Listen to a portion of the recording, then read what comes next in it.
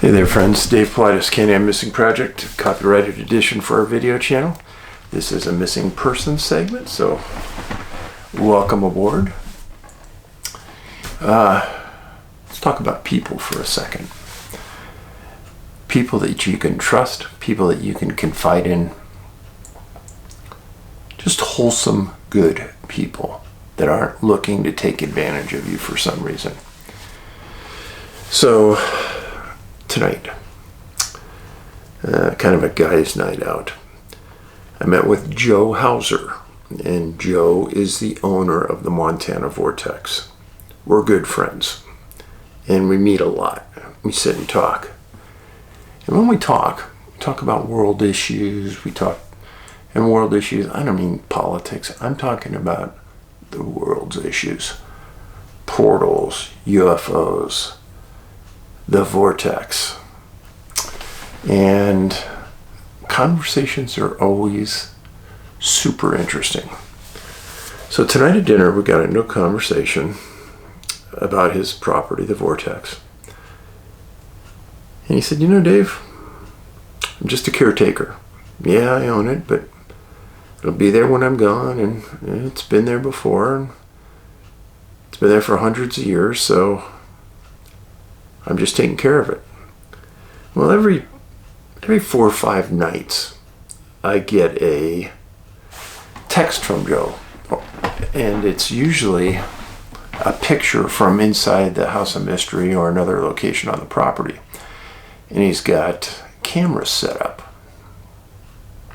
And those cameras pick up some of the most fascinating stuff I can ever imagine. And we sit around and we talk about what they might represent. Now, this is some inside scoop for you. If you go to the Vortex, ask to talk to Joe, and ask him to show you some of the pictures that he has, because he doesn't go overboard in showing them. If somebody asks, he will. And because I've been there when some of this stuff has happened, I know what it's about. And it's kind of an inside something for you, a gift for you, that you go over there on top of just being blown away by the vortex. You can also see some really fascinating pictures. Well, across from Joe's property is Columbia Mountain. He lives right outside Columbia Falls. And many times, he and his wife Tammy have seen UFOs come right out of the mountain. Now that doesn't surprise me, just because it's such a weird place. And I've seen so many UFOs, UAPs come out of mountains before.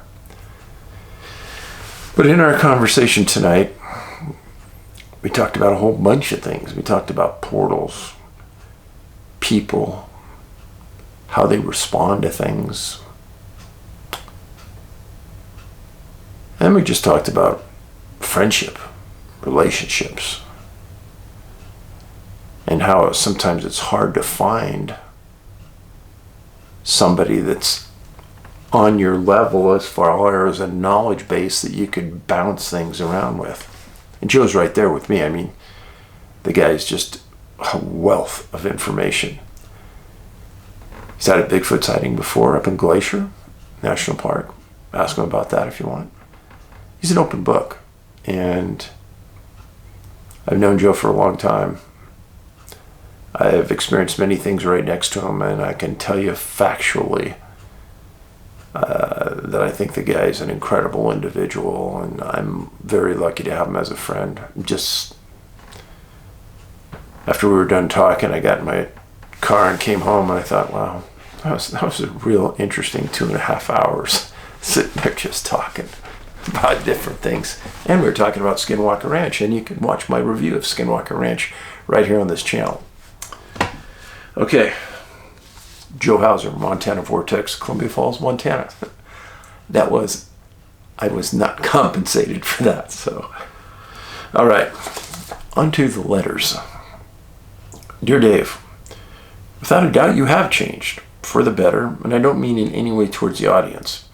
You've always done your best to put your best self forward since the passing of Ben. But since you got the dog, there's a glint in your eye. There's a genuine happiness coming from inside.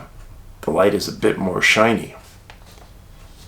And we all know there is no replacing the loss of a child. But there is something to be said about taking care of and reciprocating the love of something that loves you unconditionally.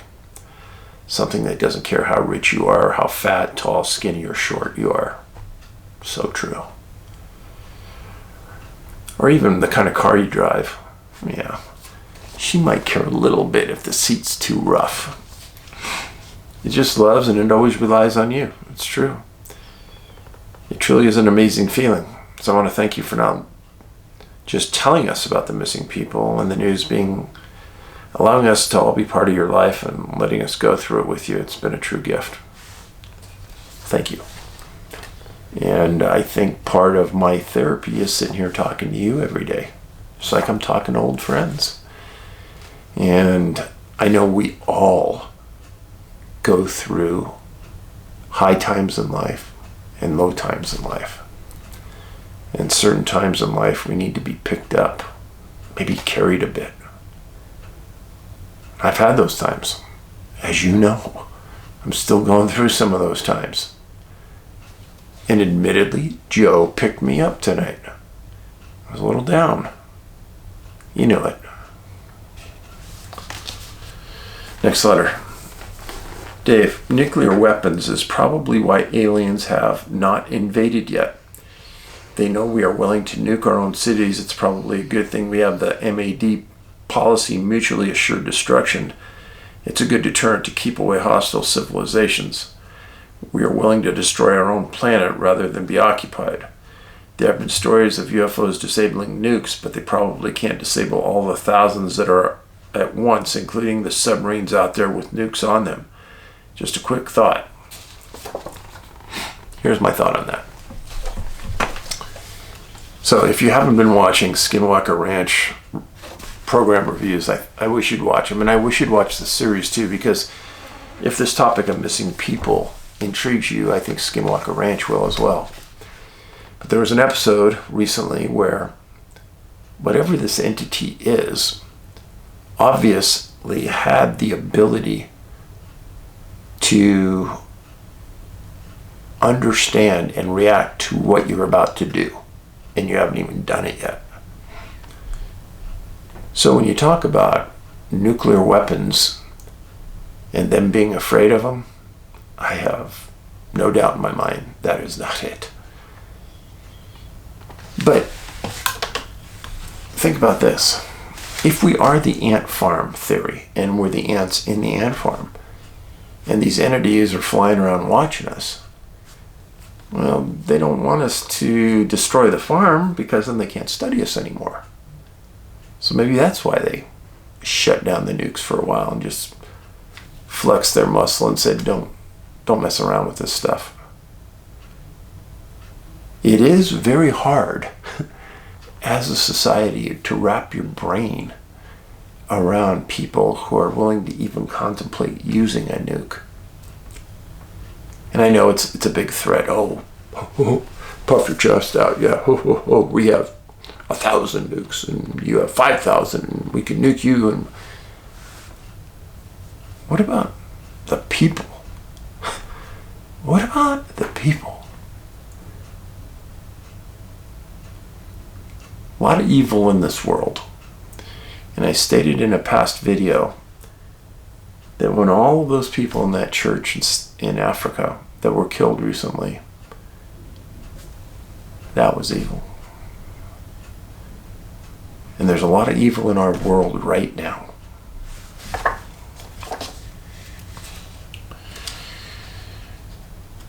Next letter. Hey Dave, lost an old friend a month ago. He was the smartest man I ever knew. He read daily, always wanted to learn more, so he could fix and build just about anything. He was 76, I'm 58. I saw him once a week for 25 years. I took out an old book he gave me many years ago, A Reloading Digest, written by Joyce Hornaday. If you guys don't know, Hornady's famous for making bullets. The foreword reads, "Let me die working, still tackling plans unfinished, tasks undone, clean to its end. Swift may my race be run, no lagging steps, no faltering, no shrinking. Let me die working, let me die thinking. Let me far forth still with an open mind, fresh secrets to unfold, new truths to find. My soul undimmed, alert, no questions blinking. Let me die thinking, let me die laughing. No sighing over past sins, they're forgiven. Spilled on the earth are all the joys of heaven. The wine of life, the cup of mirth quaffing. Let me die laughing. Home is the sailor, home from the sea, and the hunter home from the hill."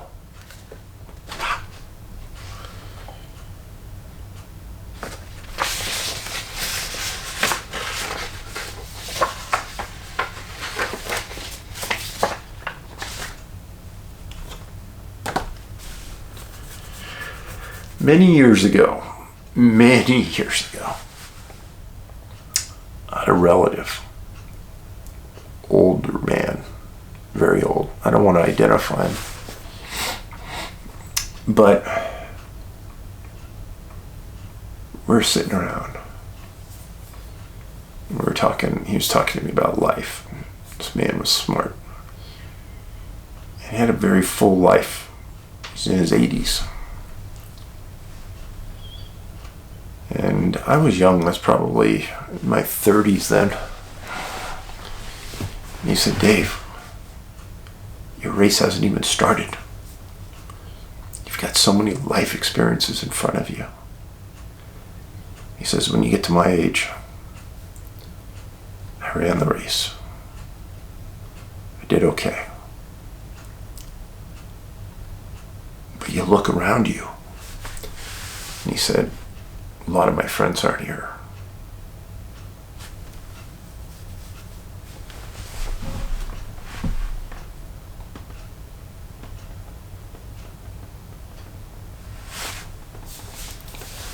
I thought about what he said today.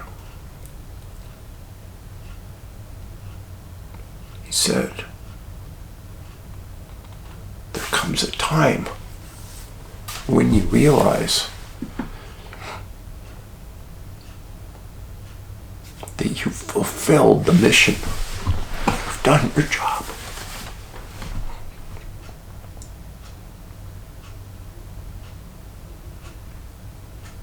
And you look around, and when you were younger, you had responsibility. You had people that looked up to you. You had tasks in front of you that you knew could carry you for years. And you had this mountain of information that others younger than you didn't have. And you were leading them." He said, "But in my position, it's all gone. It's all done.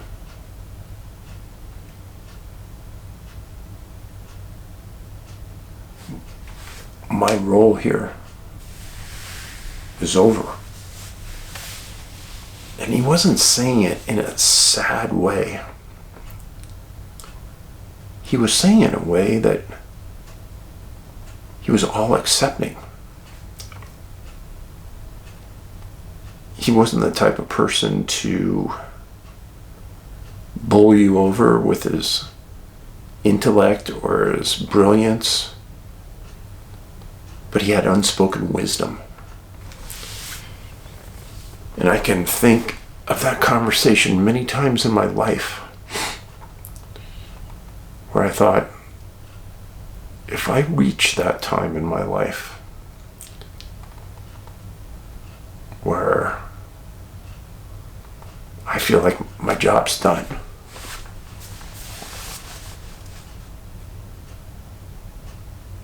What would that feel like?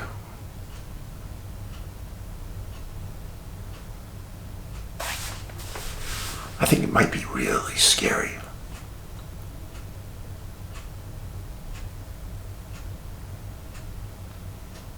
I don't know. I've talked to you before about our older generation, and I run across them all the time. Older people that are just a wealth of information that have kind of been cast out to the side, and the younger people really don't give them two shits.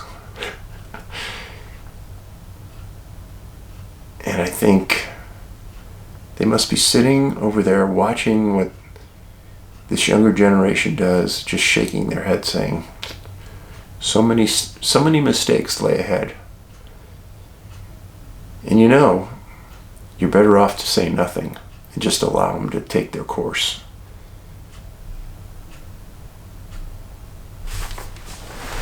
It's a hard thing to do, especially as a parent, to just allow your kids to make those life mistakes and learn from them.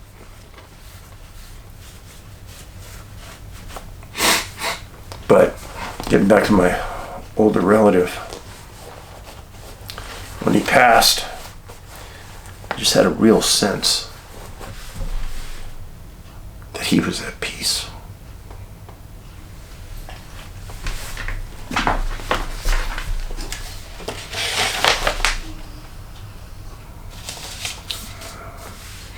So it says he was 76, I am 58. I saw him once a week for 25 years. And that was the Hornady story. News story. A couple years back or so, I was listening to a podcast called blah, blah, blah. In one episode, they interviewed a man who had his voice changed and was shadowed out because of his line of work. The subject discussed was on a nanotechnology and geoengineering. He did say these things sprayed, and the fluoride in our water was intentionally meant to slowly dull us down. By the calcification that is created over time that coats important glands in our body. Then says that the best way he knows how to fight against this is to put a tiny pinch of 20 mule borax in your drinking water a few times a day. Yes, the powder detergent kind. I've been doing it over a year now with no problems. It decalcifies throughout the body. I've never heard that.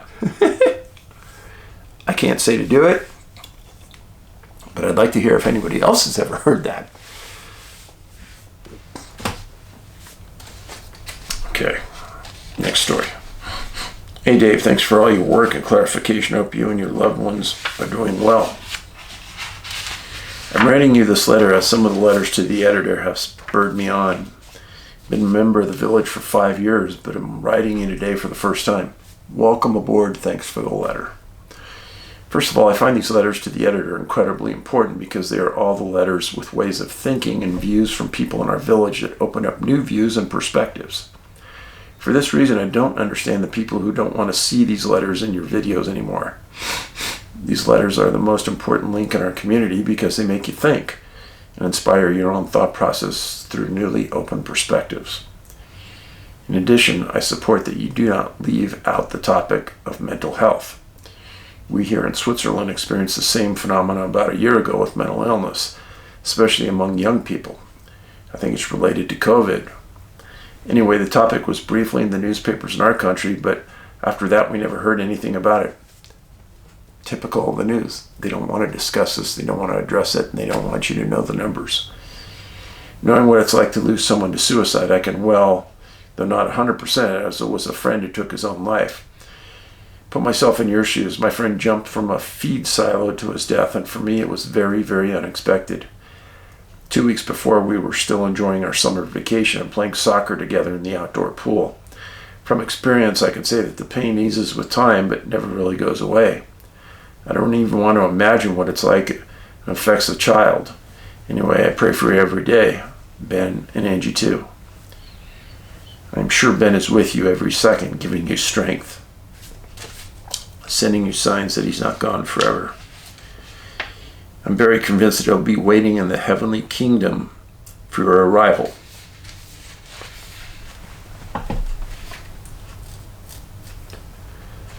I'm sure that the Heavenly Father enjoys the company of Ben, even though he took him into the kingdom and caused pain to those who left behind. I think he had his reasons.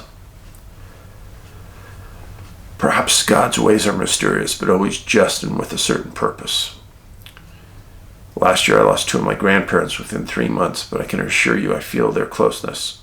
They never completely disappear. On the subject of missing 411, I recently saw a video about missing persons cases in Idaho that happened on the same date. It gave me a thought. What if you compared the phases of the moon on different days when people disappear in this way? Well, somebody already did. And if you look on our website, Can-Am, like Canadian American, canammissing.com, you can see a whole study that somebody did on that topic and read up all about missing people on our website. It's right there. Second thing I want to note is this. The vast majority of people who disappear in this way are men, and you said that only a few of these cases involve women. Now, I noticed that some of the women in the videos you make about this have short hair, so it occurred to me that whatever or whoever is making these people disappear may be targeting men, and those women of short hair have been mistaken. Wrote about that book in several of my books. From the back, maybe they are mistaken for men. I don't know. I think if the entity is this smart, they don't know the difference, but it is an oddity. I wonder if in the much older cases, when it was more common to wear long hair as a woman, it happened more often that women disappeared as often as today, when it is more common to wear a short haircut as a woman. Lastly, I would like to tell you about an experience that I have had because I wonder if anyone in the village has also experienced it, or it could be related to your work. First, a little bit about me. I'm 23 years old and I was born and raised in Switzerland. I did military service here, where we had survival training in the mountains and forests and other things, so I know pretty well how to behave in nature. Anyway, one evening I was walking home from my mom's house. The fastest way leads about 15 minutes along a forest edge under a mountain, which I always took until that evening. It was 10 p.m. and on approximately a third of the way, I took a kind of quiet whispering which came from the forest. Irritated, I stopped at first and paused, but I couldn't make out where it was coming from, so I kept walking. I quickened my steps quickly, and as an uneasy feeling came up inside me and I just wanted to get home, I decided to tell my brother via WhatsApp where I was and that I was on my way home. We both know your work, and since I didn't have a personal locator beacon with me, I thought that'd be the best solution. About 10 seconds later, something flashed in the forest about 50 meters away from me. It was a bright, warm flash, not cold like usual lightning. This happened 2 more times and it moved a little further away each time. To me, it seemed like a lure, as if something was trying to lure me further into the woods. I then ran home, and that was the last time that I took that path at the edge of the forest. Sorry for this long letter. I hope you'll find it time to read it sometime. If you ever visit our beautiful Switzerland, feel free to contact me. I would love to show you this country. With the greatest respect and all the love to you and the villagers, God bless you all. Thank you. That flash in the woods, I've heard it a few times, and I've never heard of something like words or conversation in conjunction with it, but it's not the first time it's been heard or seen. Cindy writes this. Good morning, Dave. I followed your work for a couple of years and I find it is good food for thought. When watching videos on UFOs or UAPs, orbs, and the like, and I'm always struck by how dang similar their movements are to the laser pointer I entertain my cat with. It really captures his complete focus. He gets really intent on following it, and then finding it again if he loses sight. What if the Tic-Tac UAP orbs are meant to capture our attention, divert our focus from something else at the time? Thanks for your work, for all you do.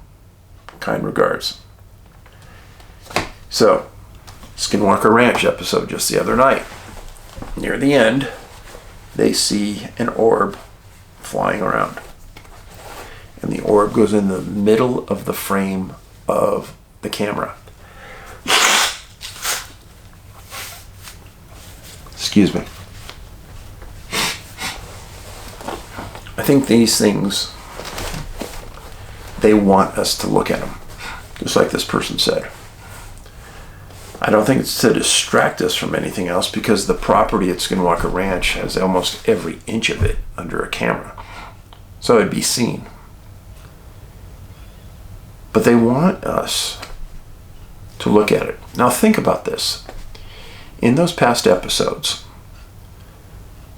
they showed that the entity knows what you're going to think and then reacts almost before you can react. So they're monitoring your thought. And what if they want to understand how you're thinking and what you're thinking as you view the orb?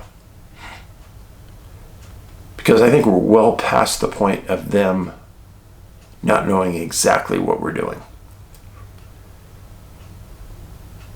So who, and I've said this in many videos, who's really studying who?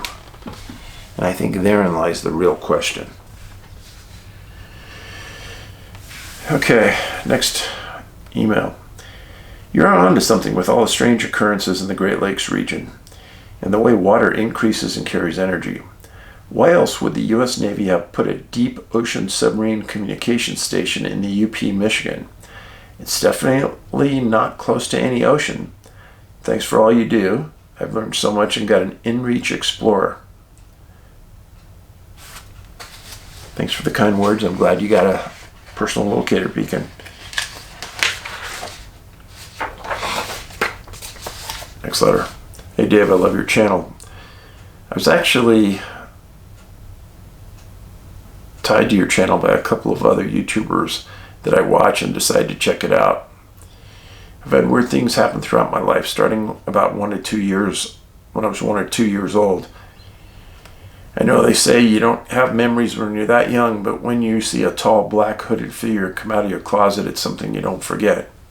Anyway, about a couple of years ago, I was home alone. I live in Maine, and I was watching the History Channel, and they had a show on about a man named Phil Schneider. He used to drill tunnels for the military. He was talking about aliens and something about how they use the glands of humans as some kind of drug to get high off of or something like that. I remember it freaking me out, and I thought of, oh man, any time they could come down and just take your organs and just get high. Well, my husband calls me. He was hunting at a friend's cabin with his friends. They're about 45 minutes south of Bangor. I tell him about what I had watched, and he just dismissed it. I decided to go to bed, and I bought a laptop. I brought my laptop in with me to listen to music on it as I fell asleep. I woke up the next morning, and when I looked over my laptop, on the screen in big letters were the words, "Do you really believe that?" That really freaked me out. Like, are they listening to my phone conversations?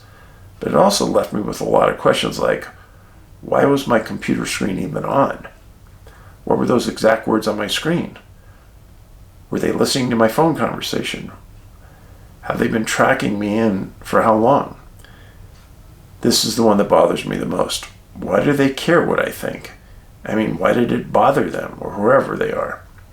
I tried to rationalize it in my head over and over, like maybe my cat jumped on the computer screen just as the cat wasn't on the room and woke up. So that doesn't account for why the screen was on. And I was the only one home.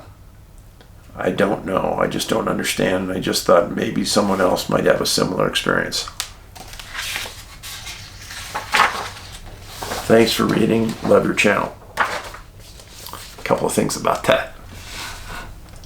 I'm very conscientious at the end of the night what's on my computer screen when I leave. And when I come back the next day, 50% of the time, something else is on that computer screen. A different open page.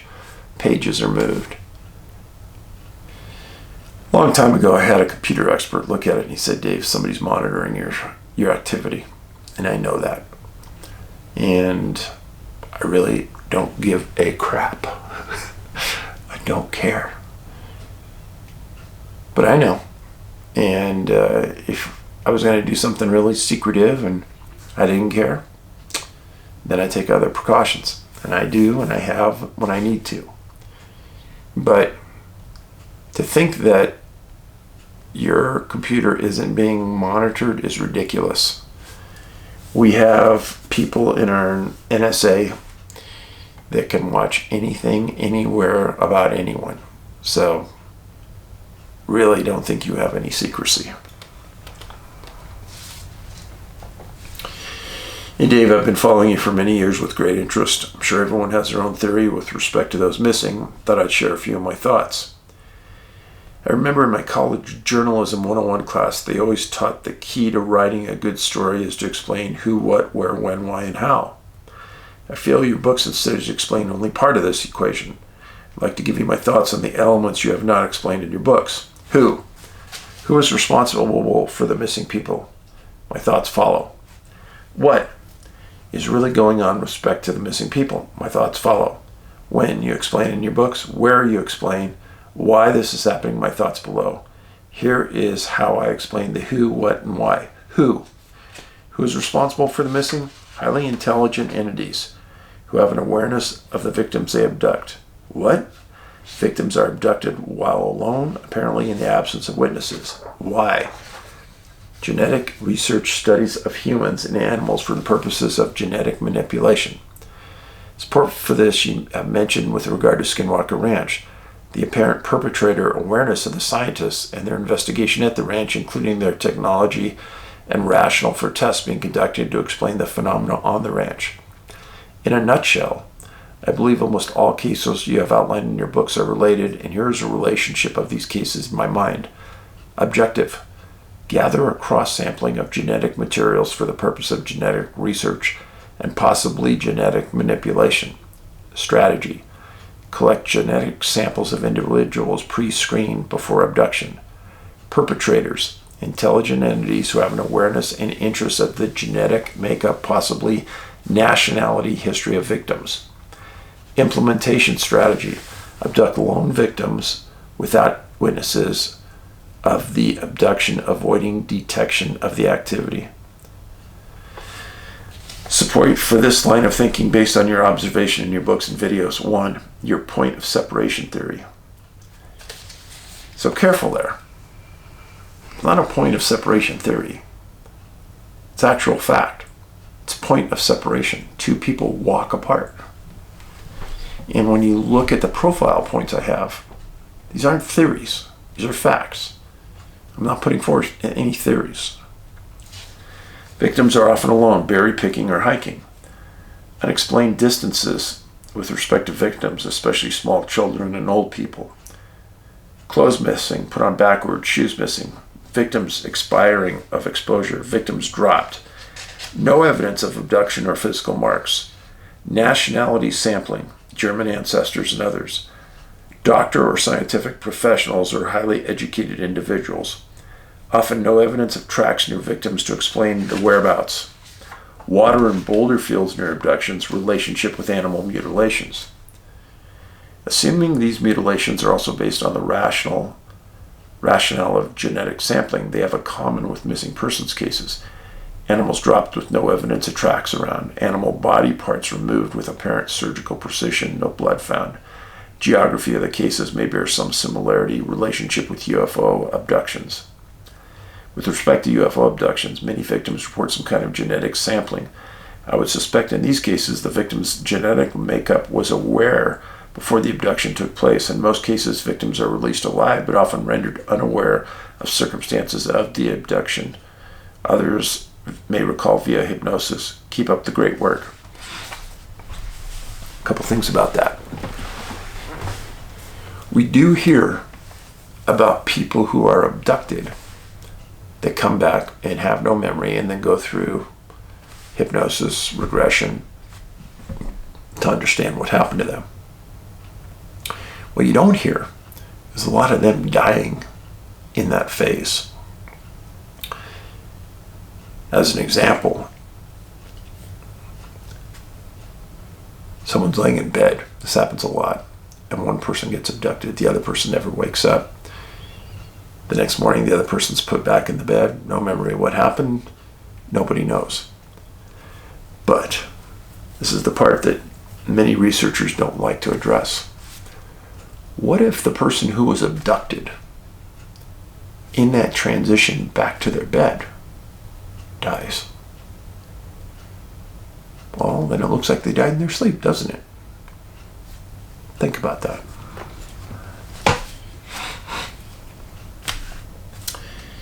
Next letter. Hey Dave, as a dedicated villager, I thank you for all your work. I know you're super busy, so I'll try to keep this brief. I give you a large amount of credit for being so strong following the death of your son. I'm not that strong. I wonder if you'd continued your work after that terrible life-changing event. I applaud you, sir. I appreciate all you do, and I think about your strength every time I tune in your videos. Thank you. I have all your Missing 411 books and have read them all. I keep up on your videos too. Your work is fascinating. The segment about the big game trackers in the restaurant talking about tagged animals that go missing got my brain working. I'm not an expert on any subject, but I know a little bit about many things related to your work. Tagged animals. I wonder what criteria was used to determine which animals were tagged. Were they large specimens, trophy bucks, top predators?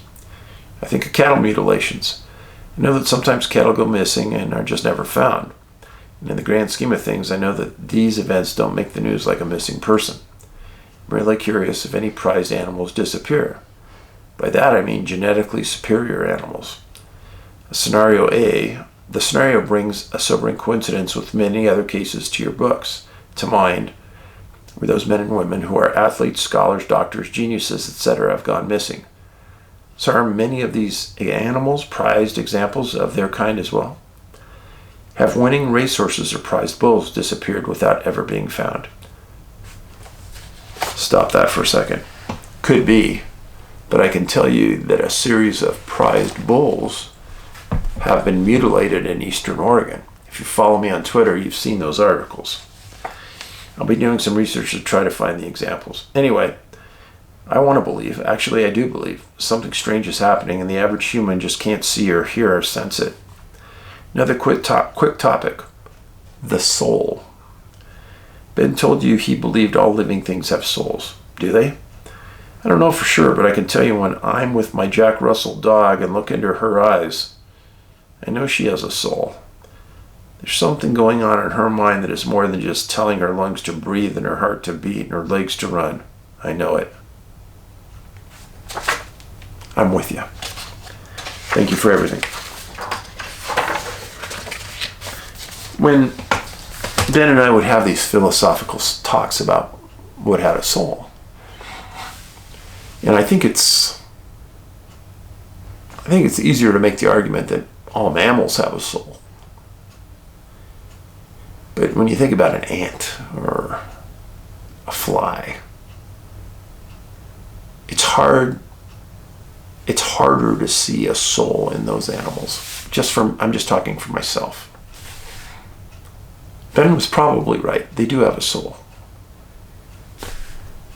Interesting theoretical conversation, that's for sure. Okay. So, we got 3 cases. Fascinating cases. And first one. Boy's name was Frankie Scott. 3 years old. Some reports came in at 3, some at 3.5, some at 4. The majority were at 3, so I call them 3. Missing March 20th, 1915. South of Victorville, California. Victorville is on the opposite side, the north side of the mountains from Los Angeles. So you can see the yellow mark is the Lucerne Valley where he lived, just kind of southeast of Victorville. Victorville is in the middle of the desert. It's a very lonely place. It's a big town, but very dusty, hot. Well, his family kind of went towards the mountains, and they were cutting firewood. This was in March. And his mom said he was last seen playing amongst a bunch of boulders. fascinating. Well, she didn't see him, and after about 20 minutes looking, she got a hold of the sheriff and other people in the community, and they started searching. And mountain lions, rattlesnakes, and coyotes are the big dangerous predators in that area. Well, within 12 hours, the community got 200 people searching for little Frankie Scott. And the sheriff had already made a call to San Bernardino, and they put 3 bloodhounds on a train headed for the city. Well, the mom told everybody, and everyone knew that about the time Frankie had disappeared, a big sandstorm had hit that area, made it difficult to search. What's fascinating about that is that I've read about other cases where a big sand or dust storm came up and the little child was lost. Now, he disappeared on March 20th. March 22nd, they still haven't found him. And one of the search coordinators was in the Scott house. And it was walking down a bedroom, down a hallway, and he looked into Frankie's room and there was a bulge in the bed. He walks over to the bulge, and there's Frankie Scott, asleep in his bed with a kitten. The searcher couldn't believe it. The house had been searched 5, 6, 7 times. And he tried to wake Frankie up. Frankie said, "Tired, sleepy, please sleep." And a day later, he examined Frankie, and he had no signs of being in the elements. He didn't appear to be hungry or thirsty.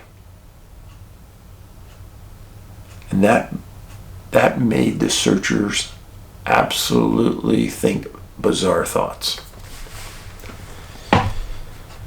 So what got him into that room was he heard a sigh, he thought, search coordinator.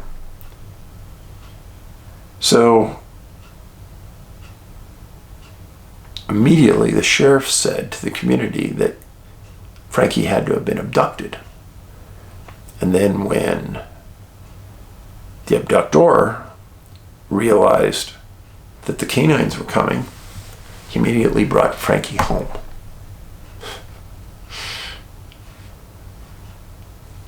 You know how bizarre that sounds?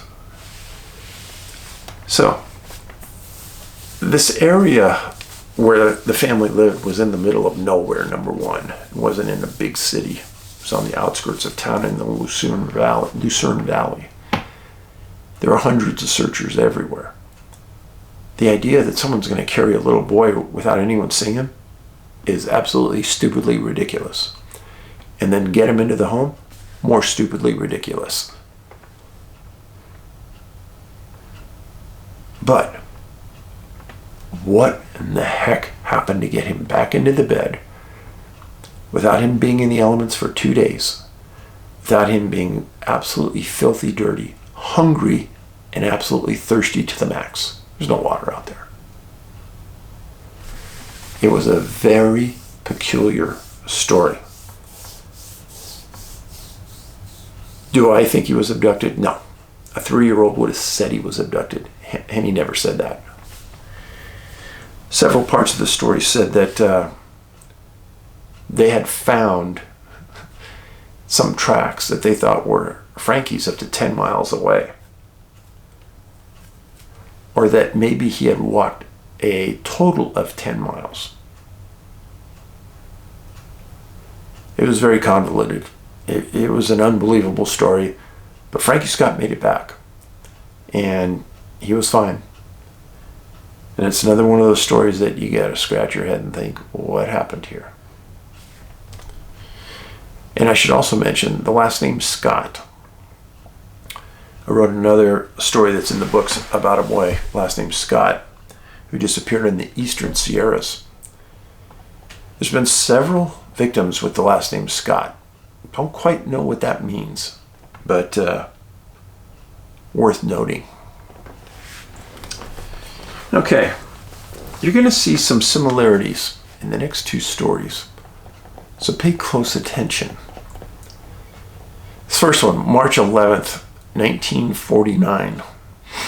Lieutenant Ben Vreeland, Vreeland, and Ensign Gaston Mays, 22. They were pilots, and they were leaving Sandpoint Naval Air Station in Washington, which is now Magnuson Park near Seattle, and they were flying SNJ-5 trainers. They were leaving for an hour and 45-minute flight, training flight. Mays had graduated from Pensacola Naval Air Station on July 19th, 1947, and he was from Clinton, Tennessee. Vreeland was the senior man, the senior pilot, and he was from Cambridge, Massachusetts. Remember that, Vreeland, Cambridge, Massachusetts. Well, the men never returned. And on March 12th, the next day, the Navy, the Air Force, and volunteer planes, in the number of in excess of 20, took off into the skies to look for these two men. And the story said that they couldn't search the mountain area because it was too overcast and cloudy. Well, Ensign May's mom, Nora, took an interest, loved her son, wouldn't put up with her son not being found. But there was a 2-week search for her son, and they didn't find anything, nothing. So let me explain this. So first of all, Mays on the left, Vreeland on the right.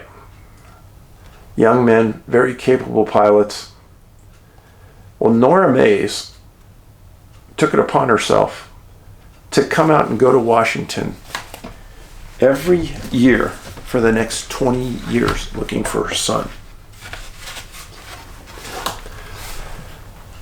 The men were flying an SNJ-5 trainer, just like this one.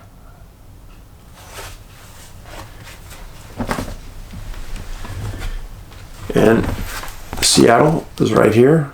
Here's the area where they took off from. Now, it's about 20 air miles to a place called Black Lake.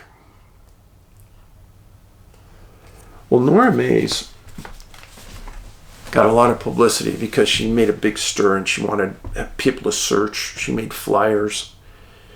And she went up into the mountains and she handed out flyers to all the loggers, anyone who would take one, and asked them to start looking for her son. Every year she came. Well, in 1949, after the search was over, the initial search, she offered a $2,000 reward. And again, this got big press in the Seattle area. Well, not too long after that, she got a letter from a ranger who said that he was hiking in the area of Black Lake, and he saw the water had changed color. And he explained that it wasn't normal, it wasn't natural, and it wasn't a natural color. And Miss Mays went to the Navy and said, well, it could be that dye packs in the plane and what the pilots were carrying could have changed the water color. Well, in fact, they got so interested that they put divers into Black Lake with metal detectors. And then in years later, they put side scan sonar in. And what they said is that Black Lake was really muddy. And if their plane had gone straight in, hit the water's 35 feet deep. If a plane would have hit Black Lake, it's a small lake, it's 600 feet by 1,700 feet, it would have made a huge wave, big splash. Well, Mrs. Mays died in 1983. Navy hasn't found any pieces of wreckage at that lake that they could circumstantially say were part of that plane. But weirdly, They had a ceremony there a couple of years ago as the final resting place of Vreeland and Mays. But still, personally, I'm very troubled by the fact that they're so easily to say that's their final resting place when there's nothing factually to tie it there. I did a lot of research on this and I don't get it. But that's the Navy. So remember, Ben Vreeland was a lieutenant and Gaston Mays was the ensign.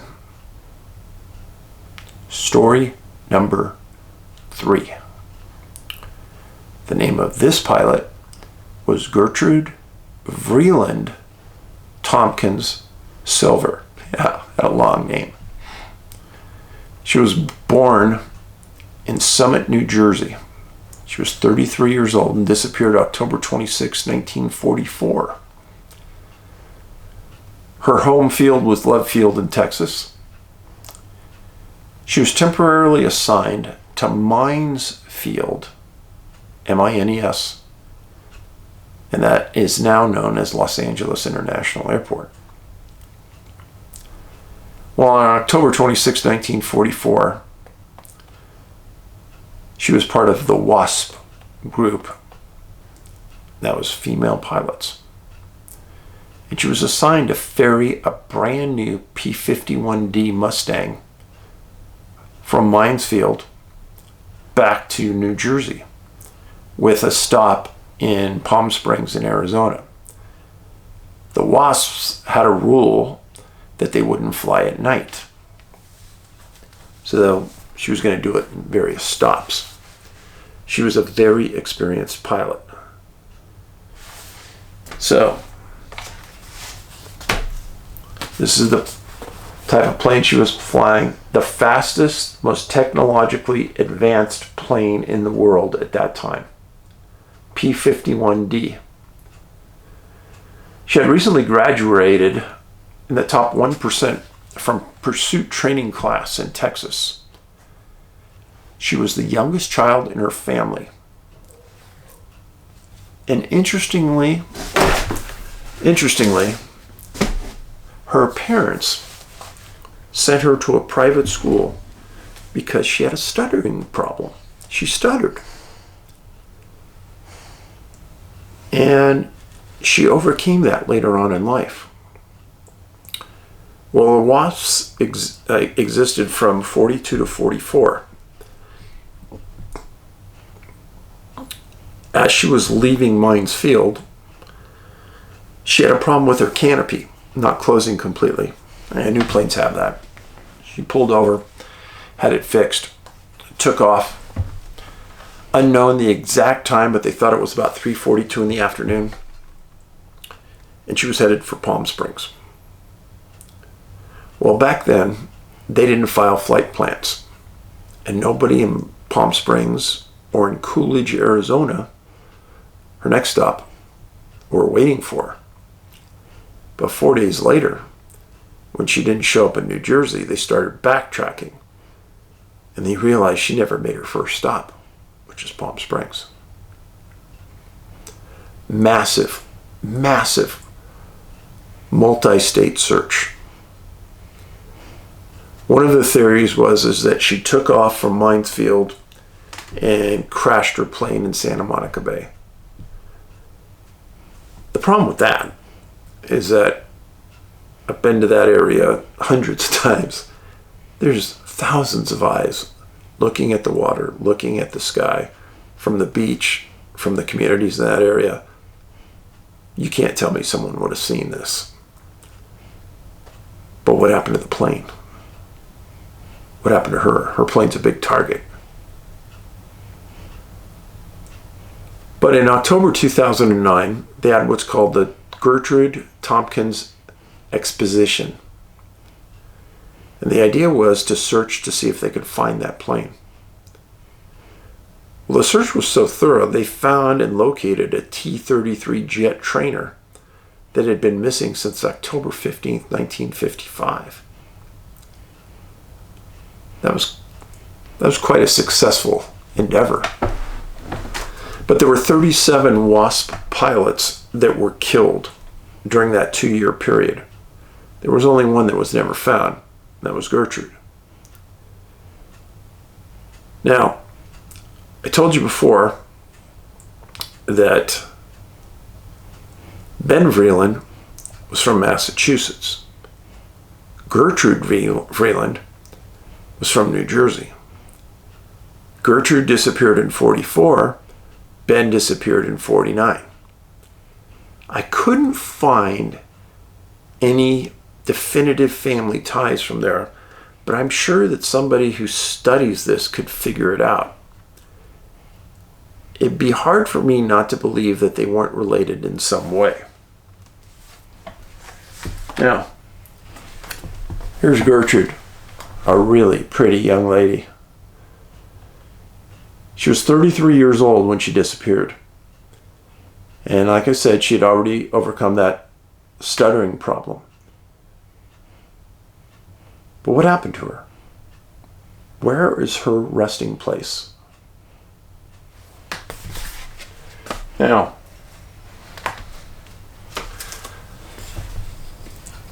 so, left from Mines Field, fly directly to Palm Springs and on to Coolidge, Arizona. There's a few mountain ranges you have to go over, but then there's a lot of desert. It's odd that there were no flight plans. After this event happened, they were required to file flight plans. It's also odd that she was missing 4 days before anyone even realized she was missing. I think that's a very bizarre thing that happened here.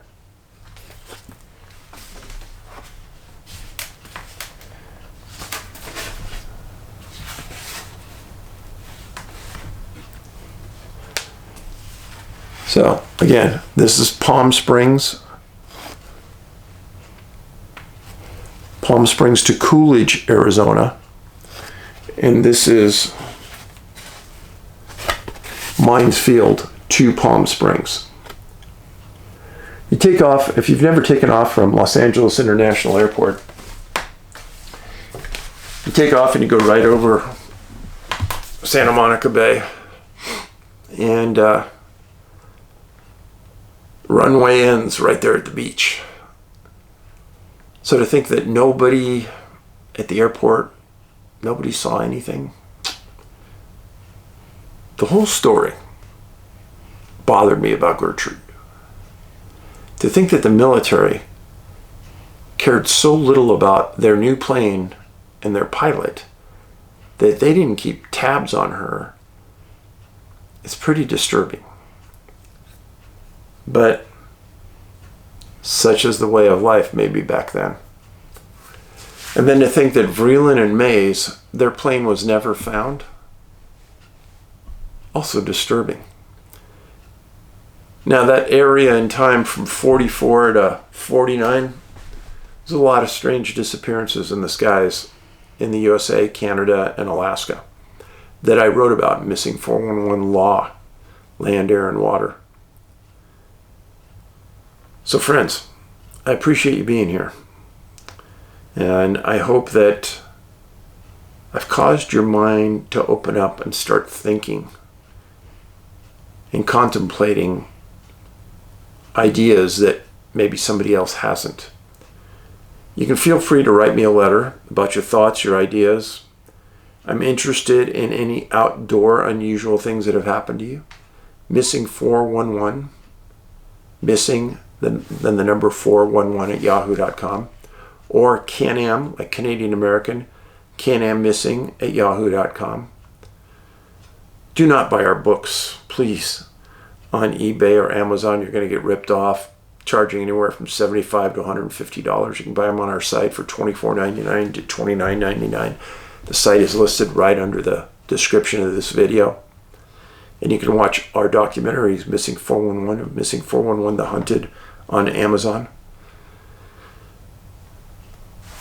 I'm humbled that anybody wants to be here to listen. And I think we have made progress in the last year and a half, honestly. I think Skinwalker helps all of us open our minds and think of possibilities that maybe we wouldn't thought of otherwise. So in the meantime, go out and do something nice for someone somewhere. We need more things in this country to change for the better. And if we start treating each other with respect and dignity, maybe that will change. I know some people are hard-headed, and I've seen people in lines at places that just seemed like they were having a really bad day, and my goal was to just make them smile, and I'd do something just to get that done. Opening a door, complimenting them on the way they look, saying something nice about their coat, something. Doesn't cost you anything. So, this is Dave, and Huck's asleep. She's sitting at my feet right now. She'll say hello next time. But in the meantime, be safe out there.